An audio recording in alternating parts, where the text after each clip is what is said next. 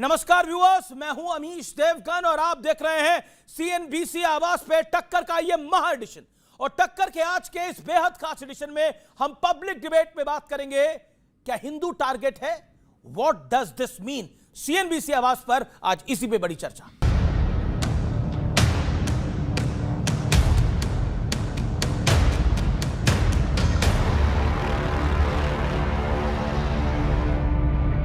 साल 2025 बीत रहा है और 2024 की ही तरह हिंदुओं को कभी ना भुलाई जा सकने वाली यादें देकर जा रहा है।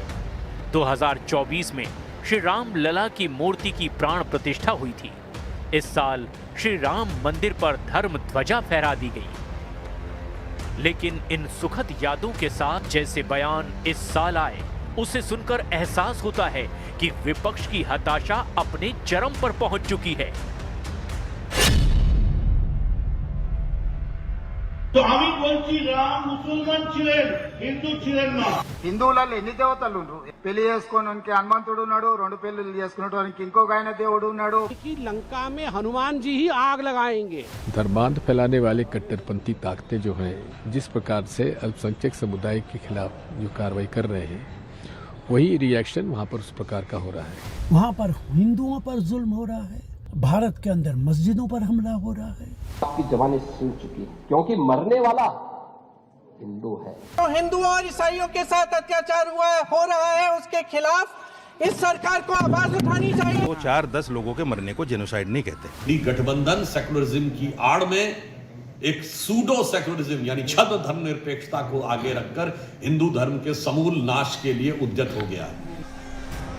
बयानबाजी तो हुई, लेकिन जब हिंदू कोलकाता की सड़कों पर विरोध करने उतरे तो ममता बनर्जी की पुलिस ने उन पर लाठियां बरसा दी।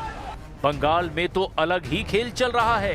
वहां ममता बनर्जी के विधायक रहे हुमायूं कबीर ने मुर्शिदाबाद में बाबरी मस्जिद की तामील करने का ऐलान कर दिया। अब फिर से बाबरी मस्जिद बनाकर उस झगड़े को रीस्टार्ट करने का ये पॉलिटिकल षड्यंत्र है। हुमायूं कबीर अब बाबरी मस्जिद के नाम से एक मस्जिद बना रहे हैं। वो संभव नहीं और न हम बनने देंगे। साल खत्म होते होते खुलकर हिंदुओं की जाति वाली दरार गहरी करने की कोशिश भी की गई। तो मुझे लगा कि ये प्रेरणा स्थल है या पंडा स्थल है। एक विवाद तमिलनाडु में भी चल रहा है, जहां हाईकोर्ट के आदेश के बावजूद हिंदुओं को दीप स्तंभ पर दिया जलाने नहीं दिया जा रहा। उल्टे लगभग पूरा विपक्ष हाईकोर्ट के जज के खिलाफ महाभियोग लाने के लिए लामबंद हो गया।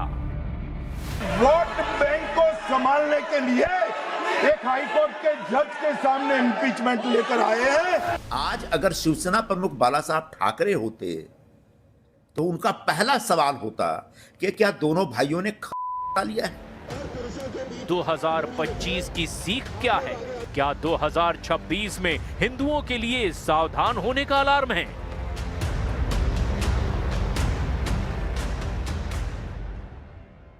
तो स्वागत है आपका आज की सबसे बड़ी चर्चा में। मेरे साथ कौन कौन मेहमान आइए परिचय करा देते हैं।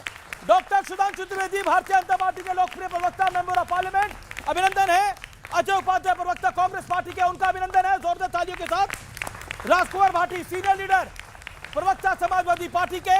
स्वामी दीपांकर जी, उनका अभिनंदन है। आध्यात्मिक गुरु हैं, लंबे अरसे से यात्रा कर रहे हैं। फैज खान साहब, उनका अभिनंदन है। मौलाना साजिद रशीदी कंट्रोवर्शियल है, उनका भी अभिनंदन है। चलिए आज की बहस का एजेंडा क्या है आपको बता देते हैं।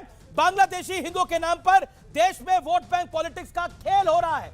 पॉइंट नंबर 2, हमास पर हल्ला और बांग्लादेशी हिंदुओं पर सन्नाटा, सिलेक्टिव गेम बना हुआ है। आइए, और ये बेपर्दा हुआ है। बांग्लादेश के हालातों से सिद्ध हुआ, बटेंगे तो कटेंगे, एक रहेंगे तो सेफ रहेंगे, क्वेश्चन मार्क के साथ। और सीए विरोधी गैंग बांग्लादेश हिंदुओं के लिए क्या दरवाजे खोलने की वकालत करेगा? याद है ना इस देश में सीए के विरोध पे क्या कुछ हुआ था। आज बांग्लादेश में जो कुछ हो रहा है वो हमारे सामने है। निशाने पर हिंदू या वोट बैंक, तमाम मेहमानों का स्वागत है। मैं इस चर्चा की शुरुआत करता हूं सुधांशु त्रिवेदी आपसे। 50 सेकंड आपके, फिर अजय उपाध्याय 50 सेकंड आपके। सुधांशु जी, सीधा सवाल है मेरा, क्या आपको लगता है निशाने पर हिंदू है या फिर वोट बैंक है? क्योंकि विपक्ष कह रहा है कि बीजेपी बांग्लादेश में हिंदुओं के साथ जो हो रही है उसको बुनाने का प्रयास कर रही है, क्योंकि 26 में चुनावों की लाइन लगी है। आप भी गंदा खेल खेल रहे हैं राजनीति का इससे। देखिए, इसमें सबसे पहली बात यह ध्यान रखनी चाहिए कि जिन विपक्षी दलों ने सीए के खिलाफ सिर्फ प्रदर्शन ही नहीं किया था, झूठ की जो इबारत बना के रखी थी और कई राज्य विधानसभाओं ने प्रस्ताव तक पारित कर दिए थे जो घोर असंवैधानिक था, उन्हें आज माफी मांगनी चाहिए। क्योंकि उन्होंने कहा था कि हिंदुओं का परसिक्यूशन हो रहा है। ये कहां दिख रहा है? ये तो कहीं पर है नहीं, ये तो केवल बीजेपी ने एक फैकेट बना रखा है। आज जो आंखों से दिखाई पड़ रहा है, मुझे लगता है इसके बाद उन्हें निश्चित रूप से माफी मांगनी चाहिए।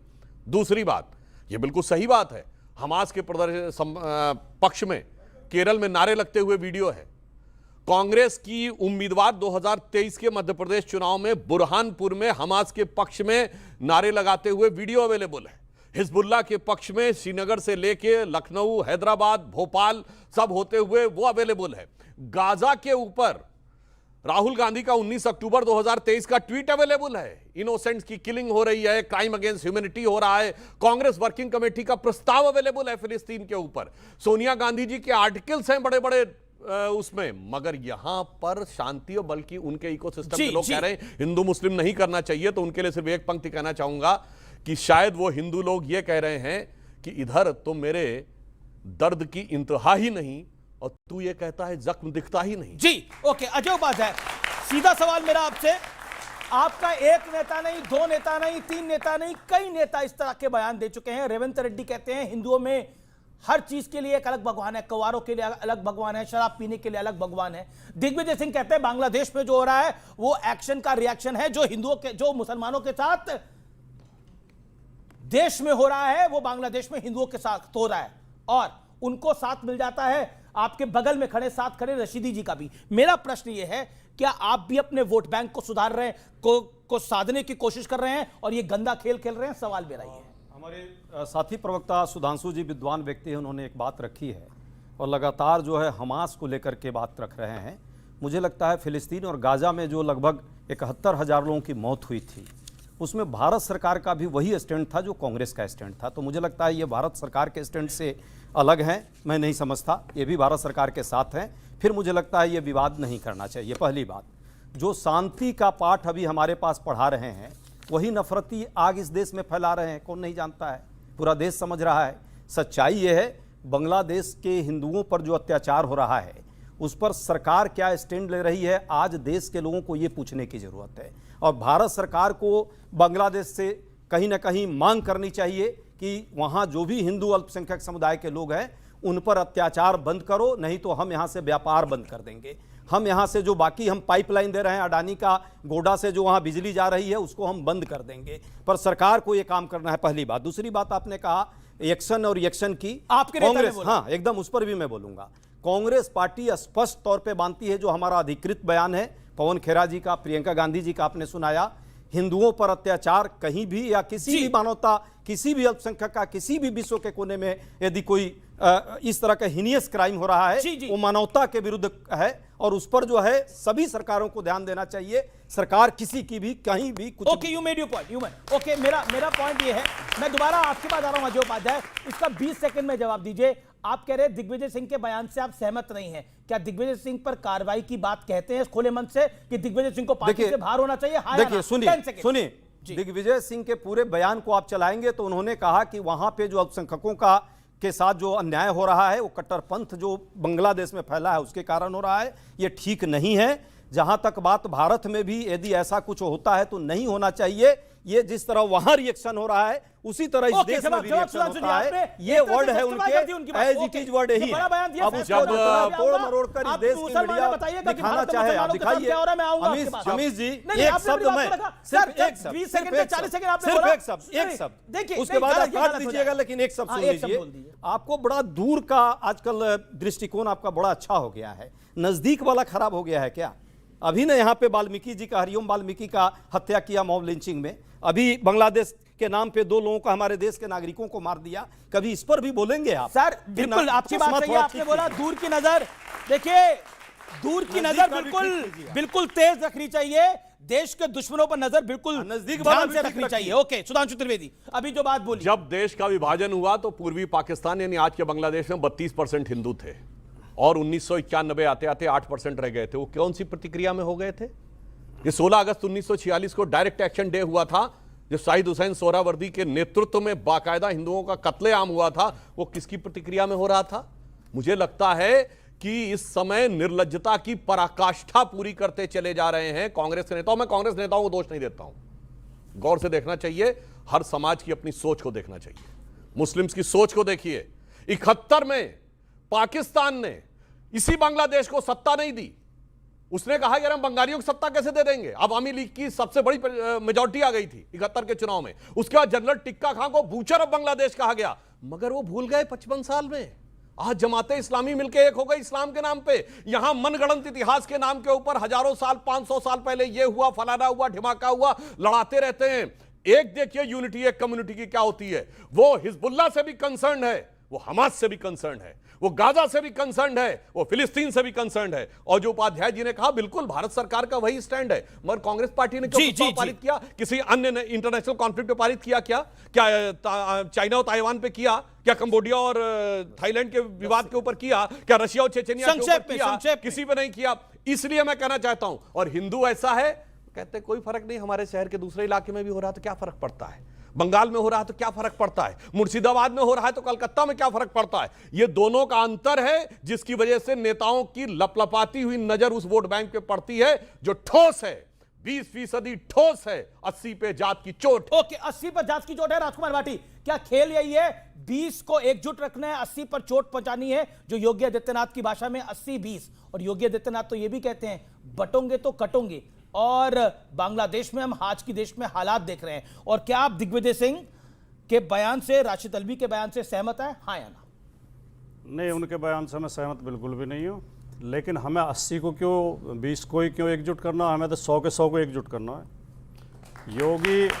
योगी आदित्यनाथ जी हों और चाहे सुधांशु त्रिवेदी जी हों, भारतीय जनता पार्टी के आरएसएस के लोग जब कुछ बोलें तो उनकी बात को 2-3 बार सुनना चाहिए। एक बार में इनकी बात समझ में नहीं आती। अदम जी ने लिखा था, अदम जी के शेर बहुत बोलते हैं सुधांशु जी। उनका शेर मुझे जब सुधांशु जी बोल रहे थे तो मुझे अदम जी याद आ रहे थे कि जो डलहौजी न कर पाया वो ये हुक्काम कर देंगे, कमीशन दो तो पूरे देश को नीलाम कर देंगे। ये वंदे मातरम का गीत गाते हैं सुबह उठकर, मगर बाजार में चीजों का दुगना दाम कर देंगे। किस ईयर में ये जब वंदे मातरम के लिए, ए भाई साहब, किस ईयर में किसके लिए लिखा गया? ए भाई या राष्ट्रवाद के लिए, या हिंदुत्व के लिए बोलते हैं। अब जो योगी जी लगातार बांग्लादेश के हिंदुओं की चिंता कर रहे हैं, वो इसलिए कर रहे हैं कि यूपी में लगातार हिंदुओं की नौकरियों पर डाका डाल रहे हैं। अभी राजस्व लेखपाल की पोस्ट निकली हुई है उत्तर प्रदेश में, अगर आपको जानकारी हो, सुधांशु जी को पता होगा।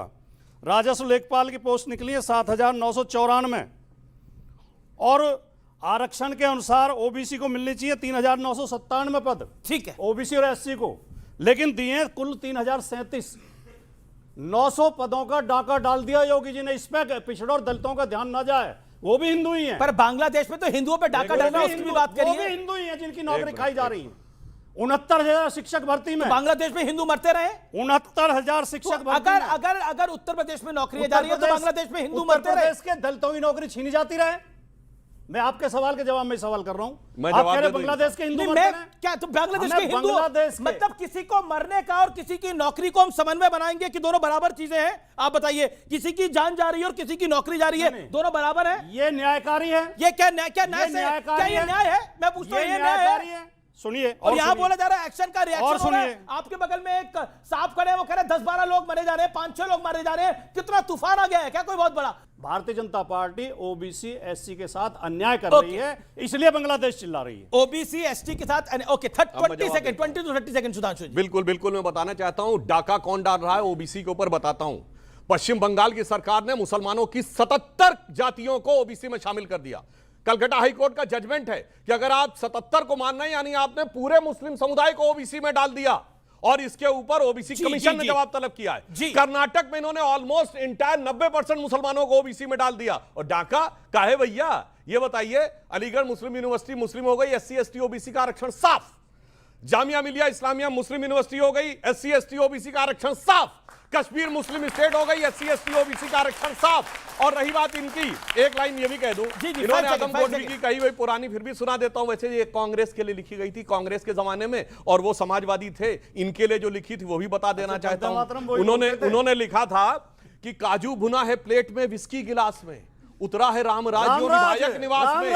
अरे वो रामराज कांग्रेस के लिए लिखा था, उतरा है रामराज जो, अरे आगे की बात सुनिए तो, आगे की लाइन आपको पता है, उतरा है रामराज जो विधायक निवास में, और पक्के समाजवादी हैं तस्कर हो या डकैत, ये उन्होंने लिखा है, पक्के समाजवादी हैं तस्कर हो या डकैत, कितना असर है खादी के उजले लिबास में। ओके ठीक है फैज खान, मुसलमान इस देश में प्रताड़ित है।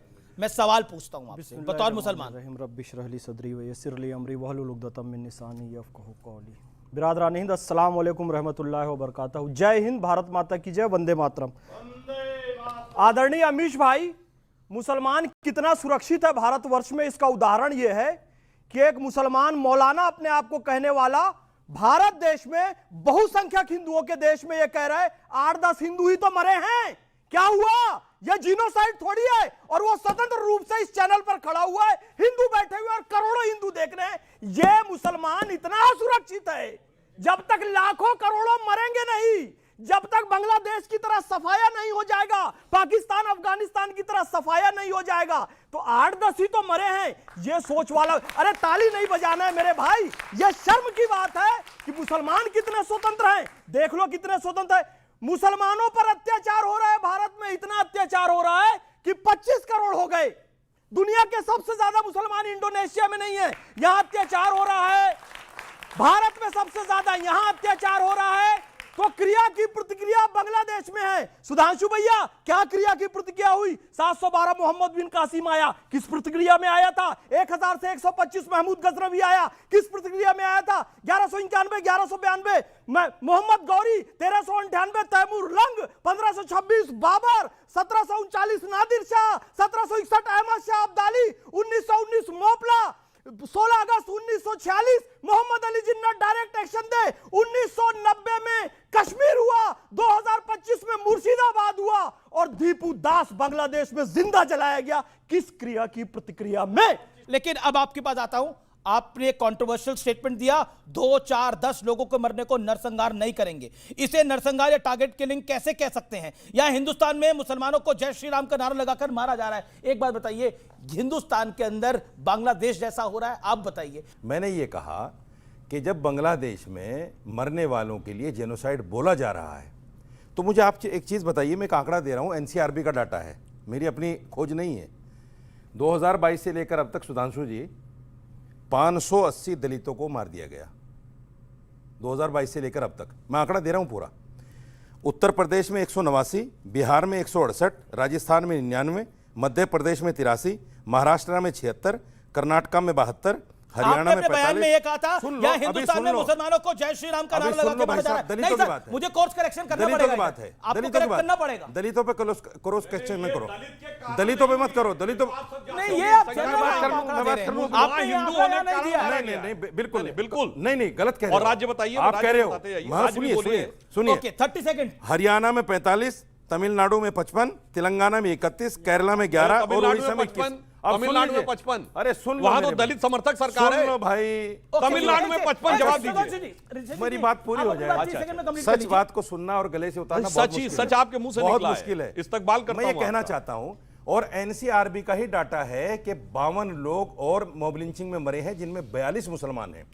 और इन मुसलमानों को दाढ़ी पकड़ के जय श्री राम के नारे लगवाए। ये लिखा है NCRB में? नहीं, बिल्कुल झूठ। मैं कह रहा हूं, बिल्कुल झूठ बोल रहे हैं। मैं कह रहा हूं, आंकड़े के ऊपर मैं बोल रहा हूं कि मुसलमानों को दाढ़ी पकड़कर जय श्री राम के नारे, जय श्री राम बोल के मारा जा रहा है। ये अगर NCRB में लिखा है, दिखाइए। मैं लाइव इस टेस्ट को तैयार हूं, दिखाइए कहां लिखा है। दिखाना चाहिए, दिखाना चाहिए सर एक बार।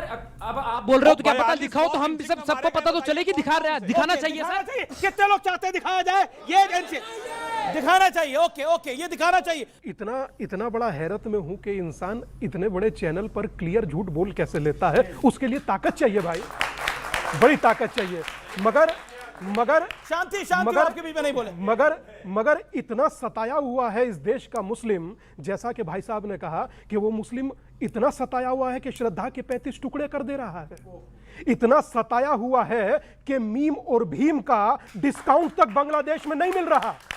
मैं इतना सताया मान रहा हूं, जोगेंद्र नाथ की चिट्ठी अगर पढ़े तो प्राण त्याग दें यहीं। अगर मैं इतना सताया मान रहा हूं कि waiting for visa doctor BR Ambedkar की पुस्तक है जिसमें कुएं से पानी पी रहे थे तो पीने नहीं दिया मुसलमानों ने, इतना सताया हुआ इस देश का मुस्लिम। मगर मैं फिर उसके बाद हैरत में कह रहा हूं कि दीपू चंद्र दास, आपके लिए कह रहा हूं, मैं जाति नहीं बोलना चाहता, दलित ही था भाई साहब। दलितों को टोंटी से पानी पीने पे और मारा रात है। में अमृत टोंटी से मंडल, पानी पीने पे। रात में, ये बैकडोर कमेंट्री बंद कीजिए दादा, रात में अमृत मंडल कौन था भाई? जाति आप खोजिए, आप लोग ना जाति का राजनीति करता है, मुझे नहीं करना। वो हो सकता है दलित तुम्हारे लिए, मगर मैं यकीन मानिए दीपू का दर्द दीपांकर को होगा, मौलाना साहब को नहीं होगा। और अगर एक सेकंड, मौलाना साहब कह रहे 2, 4, 10 लोगों को मरने को नरसंहार नहीं कहेंगे। मैं पूरा कर दूं एक शब्द, जी जी क्विकली, के 2, 4, 10, क्योंकि मौलाना साहब एक माचिस का तिल्ली लें, अपने हाथ पर यहां नीचे रखें और 1 सेकंड के लिए रखें तो समझ में आएगा दीपू को कैसे जलाया गया और कौन सा नारा वहां खड़े होकर लगाया गया। ओके ओके ओके, अब रशीदी जी आपका जवाब। अब आपको मैं 40 सेकंड दे रहा हूं, मेक योर पॉइंट। देखिए, बात को तोड़ मरोड़ के पेश करना और अपनी बात को बड़ी करने से बड़ी नहीं होती बात। वाल्मीकि भी हिंदू है। जब आप जाति का एक वो लेकर चल रहे हैं तो वाल्मीकि को जब हिंदू मानने तो बोलिए ना उस पर भी कि हाँ गलत हुआ है। हरिओम वाल्मीकि कौन था? अभी 6 दिन पहले मर्डर हुआ उसका। 6 दिन पहले अभी अथर को बिहार में सब्जी वाले को घर से खींचकर मारा, अभी 6 दिन पहले अथर को। एक इंसिडेंट को आप बांग्लादेश ये बात एक इंसिडेंट और मेरी बात को पकड़ लिया आपने, अपनी बात को नहीं पकड़ेंगे। एक इंसिडेंट, अरे इंसान अगर एक भी मरे तो उसको भी बोलना चाहिए। अमीश, आपने कैसे कह दिया एक इंसान? नहीं, आप एक बार बताइए, एक क्रिमिनल इंसिडेंट और एक जेनोसाइड को आप कैसे के नरसंहार को आप एक हत्या के साथ कंपेयर करेंगे? मुसलमान कह रही अमीश, 10 सेकंड।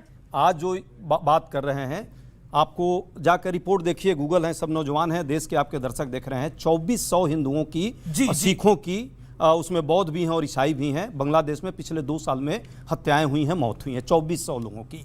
क्या कभी आपने देखा बंगाल का चुनाव आया है तो अभी किस तरह से ये लोग धरना प्रदर्शन कर रहे हैं? और अभी कहाँ कर रहे हैं हिंदुवादी संगठन? वहां दूसरी जगह जाकर, अरे भाई प्रधानमंत्री इसके लिए जिम्मेवार हैं, भाजपा के लोग जिम्मेवार हैं, अपनी आंखों का क्यों नहीं? इनको करना चाहिए ना जाकर के बांग्लादेश पर दबाव कौन बनाएगा? आप बनाएंगे, हम बनाएंगे, या देश का सरकार बनाएगा? देश के सरकार को दबाव बनाना है बांग्लादेश पर कि नहीं? हमारे हिंदू भाई मारे जा रहे हैं, ईसाई या बौद्ध मारे जा रहे हैं, उसके लिए कौन जिम्मेवार होगा? जिम्मेवार कौन होगा? मैं ऑडियंस से लेता हूं। आज से 6 महीना पहले भारत के जो शेख 10 सेकंड शेख हसीना जब थी, उनके कार्यकाल में 1000 से ज्यादा हिंदुओं की मौत हुई है। वो हमारे यहाँ तिथि हैं, मैं इसका अपमान नहीं करूंगा कि वो तिथि है, ठीक है, भारत सरकार का निर्णय हम स्वागत करते हैं, लेकिन ये भी एक पर्सपेक्टिव है, इस पर भी भारत सरकार से मैं बताना चाहता हूं, भारत सरकार एक सवाल जनता की तरफ से भी है, भारत सरकार क्या कर रही है? सिर्फ लिप सर्विस करेगी क्या? सिर्फ लिप सर्विस करेगी क्या? ये तो मजबूत सरकार है, निर्णायक नेता है, मजबूत नेता है और निर्णायक सरकार है, फिर क्या करेंगे आप? जवाब देना चाहता हूं, कोई छोटा सा मतलब नहीं है। आज से 6 महीना पहले जब भारत सरकार के विदेश सचिव जाकर मोहम्मद यूनुस से मिले, उसके बाद पहली बार 88 केसेस दर्ज हुए। उससे पहले बांग्लादेश की सरकार यह कहती थी कोई धार्मिक हिंसा जैसा मामला ही नहीं है। वो भारत सरकार की पहल के बाद उन्होंने 88 केसेस दर्ज किए और स्वीकार किया। और अगर आपने देखा हो, पिछले 15 दिन में 2 बार बांग्लादेश के उच्चायुक्त को बुलाकर तलब किया गया है। तो भारत सरकार अपनी तरफ से पूरी संवेदनशीलता के साथ काम कर रही है। और इसके अलावा सुनिए, भारत सरकार ने जो किया है, बांग्लादेश को भारत के पोर्ट्स पर फ्री एंट्री मिलती थी, क्योंकि बांग्लादेश के पास सिर्फ एक ही हिस्सा है ना समुद्र का, तो हमारे जो समुद्री पोतों से जाते थे वो सारे रास्ते भारत सरकार ने बंद कर दिए कि भाई अब आपके साथ ऐसा संबंध नहीं है, तो अब आप फ्री में हमारे मुंबई से, चेन्नई से आप अपना सामान नहीं ले जा सकते। ओके, मैं एक सेकंड मैं आपको बताता हूं। आप कह रहे हैं कि मोदी जी तो बांग्लादेश को समझाए, आप अपने नेताओं को नहीं समझा पा रहे जो उपाध्याय, ये कैसे किसी को डाइजेस्ट? मैं बताता हूं आप अपने नेता दिग्विजय सिंह को नहीं समझा पा रहे, आप अपने नेता राशिद अल्वी को नहीं समझा पा रहे, आप अपने नेता रेवंत रेड्डी को नहीं समझा पा रहे। इनको कौन समझाएगा? अजय उपाध्याय ईमानदारी से बताइए, रेवंत नहीं, बिल्कुल कहां मैं जा रहा हूं, मैं तो वही जा रहा हूं जहां वो लेके जा रहे हैं। रेवंत रेड्डी हिंदू देवी देवताओं के बारे में क्या बोले? कहां पड़े हैं चक्कर में? ये हिंदू मुस्लिम का नाटक छोड़िए ना आप लोग। इस देश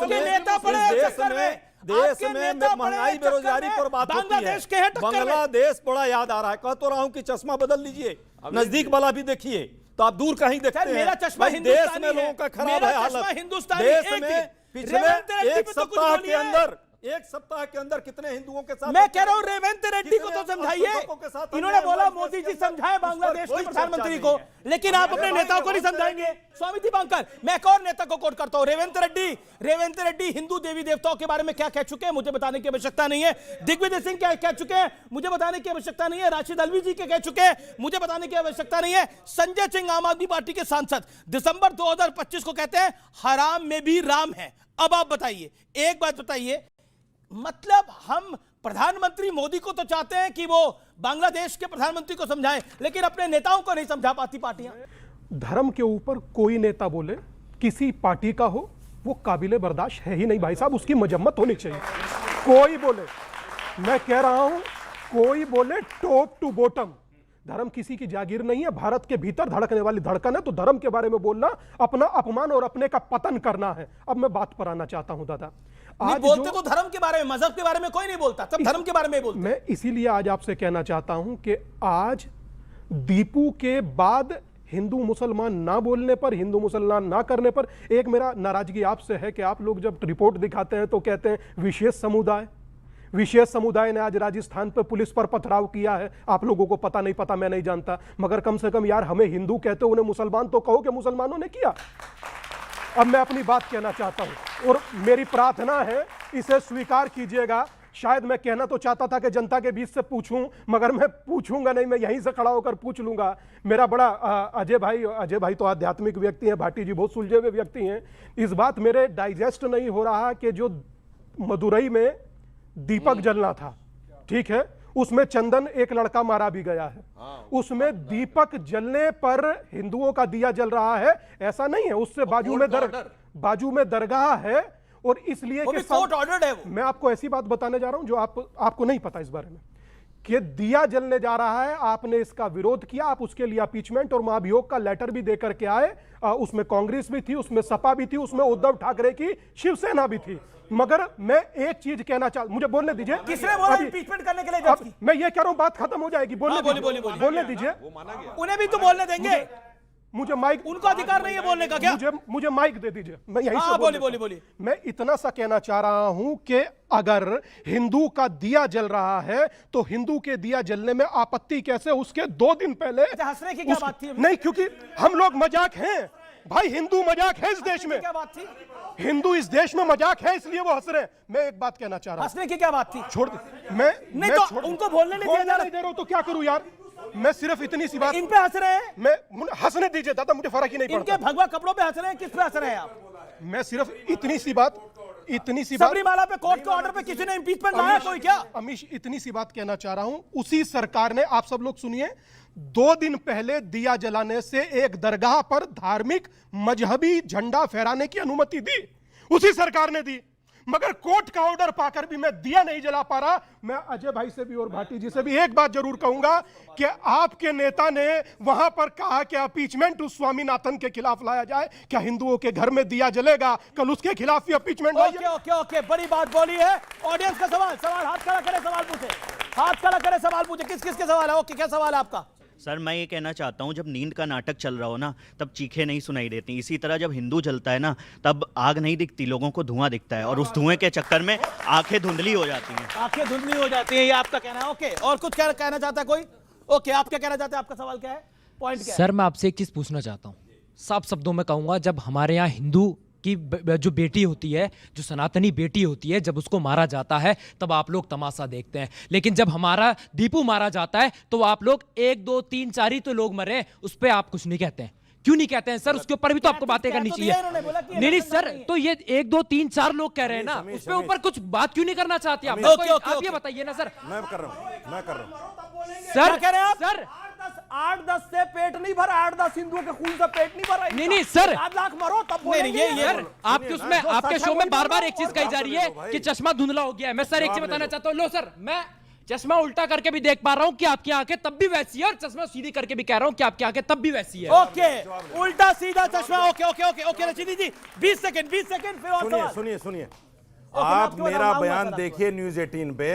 मैंने ये कहा कि जिसने दीपू को मारा जलाया वो मुसलमान ही नहीं हो सकते। देखो उठा के आप ये नहीं दिखाते वो चीज, ये सही चीज नहीं दिखाते, ये हमें और आपको लड़ाने वाली चीजें दिखाते हैं। मुसलमान नहीं हो सकता, ये हमें और आपको लड़ाने वाली चीजें दिखाते हैं। मतलब सनातन, ये असली बात दिखाते ही नहीं। पूछो इनसे बयान दिखाएं, पूरा बयान दिखाओ, पूरा बयान दिखाओ। ये नहीं दिखाते पूरा बयान दिखा दूंगा, आपकी हालत खराब हो जाएगी। पूरा बयान दिखा इस बात को। मौलाना जी बिल्कुल ठीक कह रहे हैं। इसका मैं इनकी बात को समर्थन करते हुए अपने समाज को सुझाव दूंगा। रामचरितमानस में बाबा तुलसीदास लिखते हैं ऐसे लोगों के लिए जो समाज को हमारे को मारते हैं, काटते हैं और 2 4 बताते हैं उनके लिए। बाबा तुलसीदास लिखते हैं विनय न मान तो जड़ जड़ और गए 3 दिन बीत, बोले राम सकोप तो भय भी न हो न प्रीत। ओके ओके ओके ठीक है आप ओके ओके ओके। गुरु जी का बहुत सम्मान करता हूं। गुरु जी ने मदुरई के उस पहाड़ी की, तमिलनाडु की चर्चा की है। मैं आपका वाकई सम्मान करता हूं, और आप जैसे लोगों का रहना जरूरी है।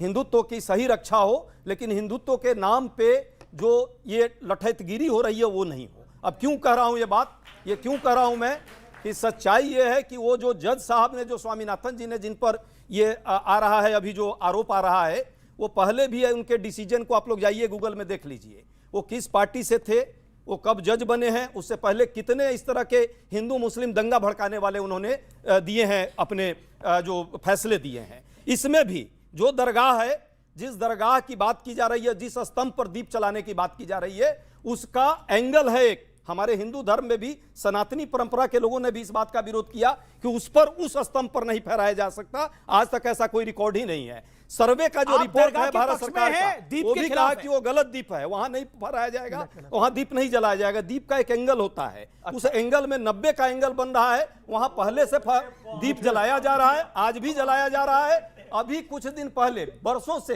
सर, अब आपने भाई 200 साल से उस पर कभी दीप नहीं जली। अच्छा 200 साल से नहीं जली, जाकर के ये कोर्ट ने डिसीजन किया। मैं एक बार आप नहीं ये दरगाह के पक्ष में है, रिसर्च कीजिए। हम 90 डिग्री एंगल पे दीप जलवाना चाहते हैं दूसरे दीप के खिलाफ। नहीं, उस दीप का कोई मतलब ही नहीं है, कभी जला ही नहीं। तो कोई मतलब ही नहीं है, तो कहता गलत बोल रहे हैं। जहां है वहां ऑलरेडी जल रहा है। मैं बताना चाहता हूं, जरूरी है दीप का कोई मतलब नहीं है। सुधांशु त्रिवेदी, मैं एक दो बात मैं गंभीर कहना चाहता हूं। जो बात अभी इन्होंने कही थी, देखिए फ्रेजेस कैसे गढ़े जाते हैं। ये ईश निंदा शब्द क्यों प्रयोग किया जा रहा भाई संस्कृतनिष्ठ हिंदी का? उसका तो कोई मतलब नहीं है संस्कृतनिष्ठ हिंदी से। आप कहिए दीन में मदालखत की वजह से कत्ल हुआ, क्यों नहीं बोलते भाई? आप कहिए गुस्ताखे नबी की वजह से कत्ल हुआ। फ्रेजेस गढ़े जाते हैं। और सुनिए, जिस जमाने में यह कहा जाएगा कि साहब मेल डोमिनेटेड सोसाइटी, तो क्या शब्द प्रयोग किया जाएगा? पितृ सत्तात्मक व्यवस्था। और 4 बीबी वालों के लिए नहीं कहा जाएगा मर्दुम अजीम रवायत। शब्द कैसे चुने जाते हैं ये ध्यान करिए। जब शब्द चुना जाएगा तो कहा जाएगा पोंगा पंडित, जबकि वो पंडित जो कि देखेगा पत्रा में और बताएगा कि 25 दिन के बाद सूर्य ग्रहण होने वाला है और उसको खड़े होकर देखने की जरूरत नहीं है, मगर वो पोंगा पंडित है। और जो सैटेलाइट दिखा रहा होगा कि चांद उग गया, मगर जब मौलाना साहब दिखाएंगे तो वो मस्त मौला है। इसलिए मैं कहना चाहता हूं जरा इस इंटेलेक्चुअल उसको भी समझिए। और एक बात जो अजय उपाध्याय जी ने कही उस पर भी जरा जवाब देना चाहता हूं। बिल्कुल कान खोल के सुनिए, दाएं बाएं बिल्कुल मत करिए। उनका कहना हिंदू मुसलमान मत करिए, सिर्फ मुसलमान मुसलमान करिए। रेवंत रेड्डी ने कहा कांग्रेस मतलब मुसलमान, मुसलमान मतलब कांग्रेस। और कमलनाथ जी ने कहा 100% मुसलमानों का वोट हमको चाहिए। इसलिए बिल्कुल सही है, कानों पे ध्यान दीजिए, सिर्फ मुसलमान मुसलमान करिए, हिंदू मुसलमान करने की कोई आवश्यकता नहीं है। अब दूसरी बात बताना चाहता हूं। चलिए वो तो दिग्विजय सिंह जी ने बोला, वो तो अलग बात है। खड़गे जी ने सदन के अंदर बोला, कुंभ मेले के समय, और बाहर भी बोला कि कौन सा गंगा जल में नहाने से पाप धुल जाते हैं, बोला था, सबको याद होगा। और मैं कहना चाहता हूं ये जल की पवित्रता सिर्फ हमारे यहां नहीं है, मुसलमानों में भी काबा में आबे जमजम है, और वहां भी माना जाता है उस जल से पाप धुलते हैं। वेटिकन में आप जाते हैं तो भी वो जल छिड़कता है, कहता है this holy water will kill you, remove you from all the sins. औकात हो तो बोल के दिखाएं। क्या कहना चाह रहे हो, बताओ। धर्म के नाम पे जब लोगों को मारा जाता है तो हम सेफ कहाँ पर है? हम लोगों तो बस हिंदू मुसलमानों पे अटके रह गए। ओके, बहुत अच्छा सवाल है। धर्म के नाम पर अगर मारा 10 सेकंड जी जी जी। मैं बेटा आपका वाकई आप ही हैं आने वाले इस देश के भविष्य। आप ही लोगों को इस देश में रहना है, इसका ख्याल रखना है। ये हिंदू मुस्लिम मंदिर मस्जिद की राजनीति नहीं, सियासत का काम है। देश के लोगों को रक्षा करना, देश की प्रगति करना। सियासत यदि धर्म के नाम पे चल रहा है तो ये गलत है। ये इसलिए आप जैसे लोग अभी भी हैं और यही रोशनी है। अच्छा, एक शेर सुना रहे लास्ट, हम भी एक सुना चाह रहे हैं। हाँ, शेर सुना दीजिए। इसी बच्चे पर एक शेर सुनाता हूँ। हाँ, हम क्या बनाने आए थे, क्या बना बैठे, कहीं मस्जिद बना बैठे, कहीं मंदिर बना बैठे। हमसे तो अच्छे ये परिंदे हैं जनाब, कभी मंदिर पे जा बैठे, कभी मस्जिद पे जा बैठे। बहुत अच्छी बात है। लेकिन एक रशीद, आप कई शो में बोल चुके हैं, मगर ये परिंदे जानते हैं ऐसे उड़ते थे, फिर प्योर हिंदू सिटी अयोध्या में जाकर ऐसे बीच में बैठते थे, कहते थे मेरा है। फिर प्योर हिंदू सिटी मथुरा में जाकर ऐसे बैठते थे कि वो हमारा है। लेकिन परिंदे प्योर हिंदू सिटी काशी में जाके लेकिन ये परिंदों की बात करी। लेकिन आप बांग्लादेश के विषय में कहां फंस बैठे? आप बांग्लादेश के विषय में कहां फंस बैठे? ओके, अच्छा, दिया जलाने का एक एंगल होता है, मुझे आज पहली बार पता लगा है। 90 डिग्री में एंगल चलता है। स्वामी जी, आप कौन सी डिग्री में दिया जलाते हैं भाई? आप सब अपने घरों में कौन सी डिग्री में दिया जलाते हैं? मैं अजय भाई का मैं भी बहुत सम्मान करता हूं, मगर अजय भाई के मुझे किसी चीज पर कोई चिंतन मनन की आवश्यकता नहीं। मगर एक बात जरूर कहूंगा कि जो कई सदियों से चली आ रही परंपरा होती है, वो मंदिर का ईशान ढूंढती है और अग्नि ढूंढती है। ईशान देवता के लिए और अग्नि दीप प्रज्वलित के लिए, या जितनी भी तमाम चीजें होती हैं, यज्ञ इत्यादि। मगर वहां एक आज से अजय भाई नहीं चल रहा था दिया, आज से नहीं जल रहा था, वहां दिया सदियों से जलता आ रहा था। इस सरकार ने बंद कराया। वो सिर्फ कोर्ट के जिस दिए की बात हो रही है गुरुजी, मैं जजमेंट पूरा पढ़ा हूं दादा। वकीलों पर इकट्ठे चुनाव लड़ सकती है। अब अविनाश पांडे ने बयान दिया है, बीएसपी अगर आना चाहे तो उनका स्वागत है। कैमरा के सामने सब कुछ बोला नहीं जाता है, लेकिन संभावनाओं से इनकार नहीं किया जा सकता। कांग्रेस ने अपना मन बना लिया है, शायद अकेले अपने बलबूते पे चुनाव लड़ने जा रही है। समाजवादी पार्टी को अकेले छोड़ने जा रही है कांग्रेस, क्योंकि बीएसपी के साथ अलायंस की बात करी है अविनाश पांडे ने, जो कि प्रभारी है। मैं सीधा रुक करता हूं राजकुमार भाटी का। राजकुमार भाटी, ये अपने आप में टिपिकल है। 2025 समाप्ति की ओर है, 26 आने वाला है, चुनाव 27 में है यूपी के अंदर। क्या कांग्रेस अकेले अपने दमखम के साथ चुनाव लड़ने के लिए जा रही है? अगर, और इमरान मसूद तो कई बार इस बात को बोल चुके हैं, अब अविनाश पांडे भी बोल रहे हैं, तो अपने आप में महत्वपूर्ण है। नहीं तो ये सवाल तो आपको अजय उपाध्याय से मैं पूछना सवाल चाहिए। आपसे है, मैं तो उस दिन गंभीरता से लूंगा। आपके नेता भी कह रहे हैं जिस दिन राहुल गांधी या खड़गे जी का कोई बयान आएगा, मैं उस दिन गंभीरता से लूंगा। अच्छा, इमरान मसूद गंभीर नहीं है? आज इमरान मसूद, अजय राय और ये पांडे, अविनाश पांडे, ये कांग्रेस की पॉलिसी तय नहीं करते। तो ये इनकी हैसियत नहीं है। आप इनकी हैसियत नहीं है। बिल्कुल, बहुत बढ़िया रहस्योद्घाटन किया है। प्रभारी, प्रदेश अध्यक्ष, इस सब की कोई औकात नहीं है, एक ही है। पिछले शो में सबका मालिक एक है। मैं नहीं कहलवाता। अविनाश पांडे और अजय राय की हिम्मत यूपी में कहने की नहीं हुई ये बात, ये भी जाकर मुंबई में कही है। तो ये तो आप उनसे ही पूछो। लेकिन मैं एक बात, अच्छा, इनकी हैसियत नहीं है आपकी राय में? आपकी इनकी हैसियत नहीं है, क्यों बोलूं? यही तो बोल रहे हैं आप। वो भी सम्मानित नेता हैं, अच्छा, लेकिन वो पॉलिसी तय नहीं करते हैं कांग्रेस की। इन लोगों की हैसियत नहीं है इमरान मसूद वगैरह की। अविनाश पांडे वो कह रहे हैं, आज बादलों ने फिर मुझसे साजिश की, जहां मेरा घर था वहीं बारिश की। अब मैं इसमें क्या करूं? आपने जो बात रखी है, आपके नेता अजय भाई, हमारे नेता आपके नेता बारिश कर रहे हैं, हमारे साजिश कौन कर रहे हैं आप बताइए? कहीं यहाँ से साजिश तो नहीं हो रही? हमारे नेता कभी ऐसा बात कर ही नहीं सकते। हमारी डिसीजन हाईकमान, अविनाश पांडे ने बोला मैं बयान सुनवा सकता हूं, बैठ करके बयान सुनवा सकता हूं। किस संदर्भ में है वो मुझे भी नहीं पता, यदि पता होगा तो जरूर उस पर जवाब दूंगा। सुधांशु त्रिवेदी जी गिनवा रहे थे कि मुसलमानों की हिंसा में कितने हिंदू मरे, और मौलाना जी गिनवा रहे थे कि मुसलमानों की हिंसा में कितने हिंदू मरे। ये दोनों ये क्यों नहीं सोच पाते कि जो मरे हैं वो इंसान है, इंसान मरे हैं। ये हिंदू मुसलमान गिनते रहेंगे। मुझे फिर अदम जी याद आते हैं कि हिंदू और मुस्लिम के एहसासात को मत छेड़िए और अपनी कुर्सी के लिए जज्बात को मत छेड़िए। ओके सुधांशु जी। हम में कोई हूण, कोई शक, कोई मंगोल है, दफन है जो बात, अब उस बात को मत छेड़िए और छेड़िए कि जंग मिलजुल कर गरीबी के खिलाफ। दोस्त मेरे मजहबी नगमात को मत छेड़िए। ओके सुधांशु, सुनिए, जवाब। अमीश, भारत के इतिहास में एकमात्र चीफ मिनिस्टर कौन था जिसने कहा कि मुलायम सिंह यादव, जिन्होंने कहा मैंने अयोध्या में 16 हिंदू मरवा दिए थे, इससे ज्यादा मैं मुसलमानों के लिए क्या कर सकता था? ये नहीं कहा मर गए थे, और 40 भी मर जाते तो गम नहीं था, मरे तो सैकड़ों थे, मगर अपने मुंह से कहने वाला व्यक्ति कि 16 मरवा दिए थे और 40 मर जाते तो गम नहीं था। कई बार दे चुका हूं। अब सुनिए, आपने भारतीय जनता पार्टी की सरकार ने राजस्थान में 71 गुर्जरों को गोलियों से भून दिया था, वो भी हिंदू ही थे। किसी ने नहीं कहा कि हमने 71 गुर्जरों को भूना, हिंदुओं को बिल्कुल गलत। 71 मुलायम सिंह ने यह बयान दिया कि मैंने 16 हिंदू मरवा दिए थे। विषय को बदलते हैं। विषय नहीं, आप बदल रहे हैं। मुलायम सिंह ने यह बयान बोला कि मैंने 16 हिंदू मरवा दिए थे। मुसलमान लड़े? नहीं, आप चाहते हैं सिर्फ मुसलमान। हमने कहा हिंदू मुस्लिम के लड़े नहीं, आप चाहते हैं हिंदू मिटे मुसलमान बढ़े। हिंदू मुसलमान लड़े नहीं चाहते, ये चाहते हैं हिंदू मिटे मुसलमान बढ़े। एक मैं जरूर कहना चाहूंगा, हमारा दिए का सबसे बड़ा त्योहार होता है दीपावली, उसका नाम ही दीपावली, यानी घी के दियों की कतार बनाई गई थी जब भगवान राम आए थे। आप इससे जरा ये सोचिए, और उसके बाद हमें दीपावली के बारे में प्रदूषण हो रहा है, पटाखे मत छोड़ो, ये सब भरा गया। मैं ईमानदारी से कहना चाहता हूं, घी के दिए की कतार हर घर में हुई, इसका मतलब उस देश में इतनी प्रॉस्पेरिटी थी कि इतना घी था कि घी के दियों की कतारें बन सकती थी। इसका मतलब इतना दूध, दूध से दही, दही से मक्खन, मक्खन से घी बन सकता था। मेरे भाई, कोई दुनिया में दूसरा देश तो बताओ जिसके पास इतनी प्रॉस्पेरिटी होती हो। यह हमारी महानता का जो प्रमाण था, उसे हमारी ग्लानि में भर दिया गया। इस प्रकार का षड्यंत्र है, इसको समझना चाहिए। ओके। मैं एक स्वामी दीपांकर, आप काफी देर से नहीं आए। पहले फैज खान, आपका सवाल क्या है? बस मैं सवाल क्या है भैया? मेरा सवाल ये है सुधांशु जी से कि बांग्लादेश जो कि भारत ने ही आज़ाद कराया, वो एहसान मानने की जगह आज हिंदुओं के अगेंस्ट बर्बरता निकाल रहा है।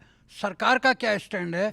सेकेंडली, ऑपरेशन सिंदूर दोबारा क्यों नहीं हो रहा बांग्लादेश के अगेंस्ट? ओके सुधांशु जी, जवाब। देखिए, जो आपने बात कही, एक अच्छा सवाल, पहला बड़ा गंभीर बात है कि एहसान क्यों नहीं मान रहा है।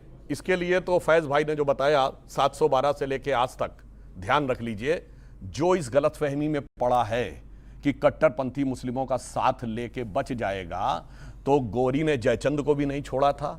और उसके बाद जिस जमाने में मान सिंह और महाराणा प्रताप के बीच में हुई, तो अकबर के अंडर में मान सिंह को आना पड़ा, मिर्जा राजा जयसिंह को अपना महल देना पड़ा। जो इन्होंने सवाल पूछा, बांग्लादेश एहसान क्यों नहीं मानता, हिंदुस्तान नहीं तो उसको बनवाया। देखिए, उसको एहसान नहीं मानता, मैं बता रहा हूं ना, वो एहसान फरामोश है, अल्लाह का नाशुक्र है, भारत का नाशुक्र है, इसीलिए माइक्रो क्रेडिट में उसको नोबेल प्राइज मिला। तो माइक्रो छोटी ही दीपू दास को मारने वाले मुसलमान नहीं थे। मैं आपको बता रहा हूं ना, वही मैं आपको बता रहा हूं। मैं मुसलमान हूं, मैं चाहता हूं मुसलमानों में समाज सुधार आंदोलन चले, लेकिन यहाँ ऐसे ऐसे कवि शायर मौलाना है। गोधरा कांड के आरोपियों को बचाने के लिए राहत इंदौरी ने कहा था, जिनका मसलक है रोशनी का सफर, वो चिरागों को क्या बुझाएंगे, जो अपने जिंदों को नहीं जलाते वो मुर्दों को क्या जलाएंगे। दीपू दास को जलाकर दिखा दिया। दूसरी बात, मंदिर में दीपक नहीं जलना चाहिए, इसलिए जाकर इंपीचमेंट लगाते हैं उस जज के खिलाफ।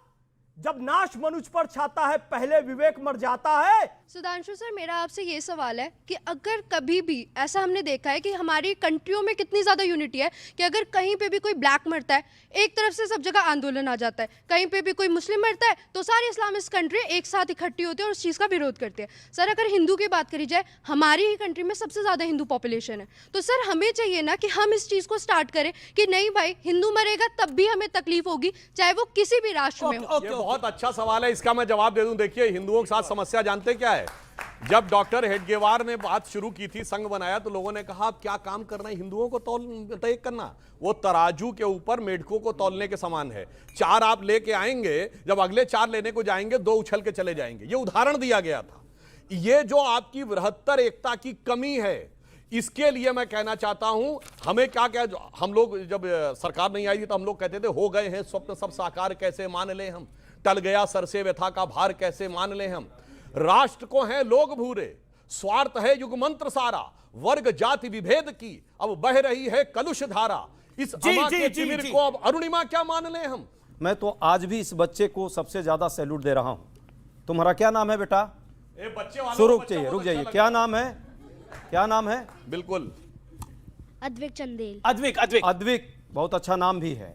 मैं तुम्हारे लिए एक शेर मैंने अभी जस्ट लिखा है, यहाँ देख करके निकाला है कहीं से। तुम ही हो रोशनी आखिर, तुम्हें ही चमन बचाना है, तुम ही हो आखिरी लश्कर और तुम्हें ही ये वतन बचाना है। ओके, आने वाले समय में तुम ही बचाओ। चलिए आप ये यहाँ हिंदू मुस्लिम करेंगे और देश ये राजनीति की बात है, ये हिंदू मुस्लिम की बात नहीं भाई है। साहब आग में डाल रहे हैं आप। इन्होंने शेर में भी लश्कर ले आए।